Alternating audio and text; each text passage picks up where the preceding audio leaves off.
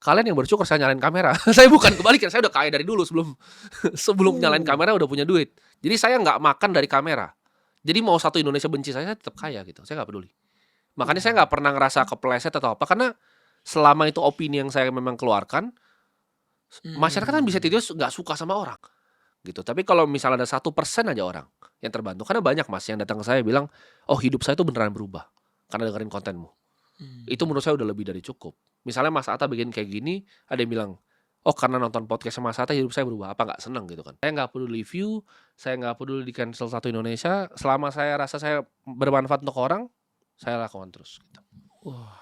Dan menurut saya orang seperti Mas Atta dan influencer yang lain harusnya begitu. Makanya saya encourage untuk kreator, mereka punya usaha di belakangnya. Jadi jangan cuma reliant on brand doang, cuma mereka punya usaha yang ketika brand ini cabut dari mereka, ya ini Nggak masih takut. bisa beroperasi tanpa takut.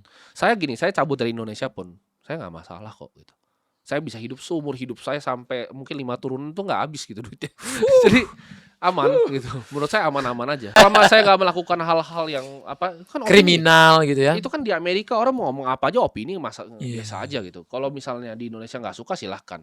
Selama saya nggak pidana, saya nggak melakukan pidana, saya fine, saya nggak masalah.